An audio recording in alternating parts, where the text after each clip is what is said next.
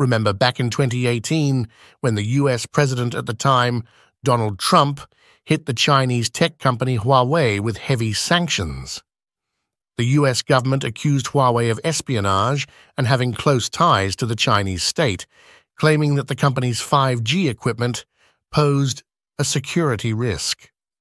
Many in the West saw the rise of Chinese companies like Huawei as connected to the Chinese government's power and its techno-authoritarianism. The US banned Huawei's networking equipment from its 5G networks and convinced other countries like the UK, Canada, and Australia to do the same. On top of that, Huawei's CFO, Meng Wanzhou, who's also the daughter of the company's founder, Ren Zhengfei, was arrested in Canada at the US's request. She was accused of misleading HSBC about Huawei's relationship with a company called Skycom, which could have led the bank to break US sanctions on Iran. After nearly 3 years in detention, Meng was finally released, but the damage from US sanctions was done, and Huawei started to struggle. By 2022, Huawei's profit had dropped nearly 70% due to sanctions and pandemic-related challenges. The company even had to sell its sub-brand Honor to avoid sinking further under US trade restrictions that cut off its access to American components and Google services. But despite all this, Huawei made a surprising comeback. In 2023, their revenue jumped by almost 10%, with their consumer segment, including smartphones, seeing a big rebound. And just recently, Huawei is rumored to be releasing a new AI chip to compete with NVIDIA, with companies like TikTok's parent ByteDance, Baidu, and China Mobile already showing interest. So how did Huawei manage to grow and bounce back despite these heavy sanctions from the US, the world's largest economy? In this video, we'll dive into the secrets behind Huawei's success and how they managed to thrive under such tough circumstances. But before we get into it, don't forget to subscribe to our channel to show your support. Huawei always has a plan B. The US dominates the tech world with giants like Google, Meta, Microsoft, Amazon, and Apple leading the way. It's hard to think about mobile devices without these brands, especially Google. But Huawei is breaking all the barriers and finding a way to do just that. When Google decided to cut Huawei off from its Android operating system, it posed a huge challenge for the Chinese tech giant. How could they keep up with the competition without access to the platform that powers almost every smartphone in the world? This move could have been a big hit to Huawei's overseas smartphone business. Without immediate access to future Android updates, their next-gen phones would have to go without essential services like the Google Play Store, Gmail, and YouTube. But Huawei was ready. Just 3 months after being put on the entity list, they unveiled Harmony OS at their first developer conference in Dongguan on August 2019. Turns out, they had been working on it since 2012. Richard Yu, the CEO of Huawei's consumer business group, shared that they had been preparing their own operating system for years, just in case they were ever blocked from using Android. And now, Harmony OS is proving to be more crucial to Huawei than ever before. Huawei's edge in the domestic market. Huawei isn't just making a big comeback in China, it's also close to overtaking Apple in the world's largest smartphone market. The Shenzhen-based company, which has been at the center of the growing tensions between Washington and Beijing, saw its smartphone sales in China soar by 70% year-on-year in the first quarter, while Apple's sales dropped by over 19%, according to Counterpoint Research. Apple, which led China's smartphone market with nearly 20% share in the first quarter of 2023, has now slipped to third place. Its market share has dropped to 15.7%, while Huawei's has surged from 9.3% last year to 15.5% now. China is way ahead of other countries when it comes to smartphone users. With over 950 million users, the Chinese market is bigger than those of India, the US and Indonesia combined.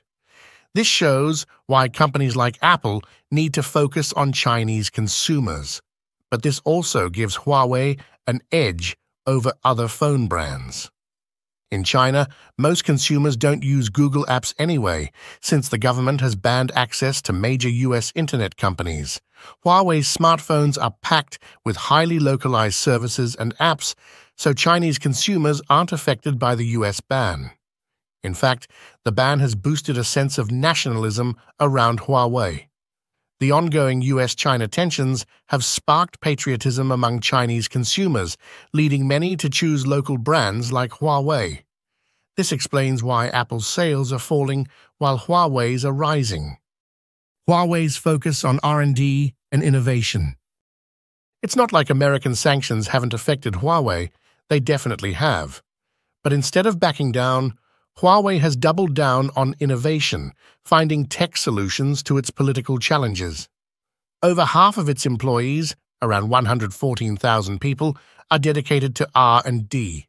What's really impressive is how the company has become more vertically integrated, developing in-house replacements for components or software that the US has cut off. In the 2023 EU Industrial Research and Development Investment Scoreboard, compiled by the European Commission, Huawei remained in the top 5 global companies with the highest R&D investments in 2022. Faced with US sanctions, Huawei has been pouring more into R&D to boost its technological self-reliance. This strategy has fast-tracked the development of its own IP and pushed the company into new business areas. For example, Huawei has revived its smartphone sales by teaming up with a Chinese supplier to develop the chips it used to source from foreign companies. China's semiconductor industry still has a long way to go, lacking many key components and tools for a full break from the West. Some of the homegrown chips Huawei is now using are thought to be several times more expensive than their foreign counterparts and are still in short supply. But the fact that Huawei has managed to work around the sanctions so quickly is surprising. As a private company whose goals align closely with the Chinese government, Huawei is becoming a model for how China approaches innovation. Huawei's new strategy is largely driven by its Hubble investment arm, which focuses on acquiring small stakes in top suppliers working on emerging technologies. These investments are designed to boost Huawei's in-house R&D and lessen its reliance on Western companies. Since its launch in 2021, Hubble has invested in about 107 tech startups. The US has been targeting China by restricting access to key hardware that companies like Huawei rely on. But Huawei isn't backing down. Their latest smartphone, the Pura 70, is an iPhone competitor powered by the same 7nm processor as the Huawei Mate 60 Pro, which made headlines last year for breaking free of US sanctions. Unlike the Mate 60 series, which used NAND flash memory chips from SK Hynix, the Pura 70's memory chip is reportedly designed in-house by Huawei's own high-silicon team. Recently, Huawei is also said to be launching a new AI chip to compete with NVIDIA, despite the US sanctions aimed at slowing down the company's tech advancements. All of this points to one thing: the US sanctions on Huawei have not only failed, but may have backfired. Huawei has not just survived, it's thriving, while Apple's sales in China are slowing down. So, what do you think? Will Huawei continue to grow and reclaim its spot as one of the top smartphone makers in the world? Share your thoughts and leave a comment below. If you enjoyed this video, don't forget to hit the like button and subscribe to our channel to show your support.